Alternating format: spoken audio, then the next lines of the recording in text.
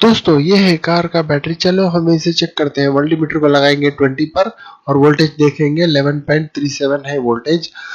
यानी इस वोल्टेज से बैटरी डिस्चार्ज कंडीशन बता रहा, यानी अभी अभी इसमें ग्रेविटी भी चेक करना बाकी है। चलिए अब ग्रेविटी को चेक करते हैं। ग्रेविटी से भी मालूम पड़ जाता बैटरी में डिस्चार्ज है। देखिए ये 6 सेल्स है। फर्स्ट सेल में बता रहा 0 ग्रेविटी, वाटर जो है ना रेड के ऊपर आ रहा। देखो अंदर जो ये एसिड है ऊपर आ रहा है, देखो रेड के पास ऊपर, यानी 1.100 के ऊपर आ रहा है वाटर। अगर ग्रेविटी रहे तो येलो एंड ब्लू के मिडिल में वाटर आना चाहिए, वहां पर रुकना चाहिए। देखिए सब में सेम ग्रेविटी है, 0 ग्रेविटी है, यानी बैटरी कंप्लीट डिस्चार्ज कंडीशन में है। देखिए वो जो है ना एसिड वहां पे ऊपर आ रहा है रेड के पास ट्यूब में।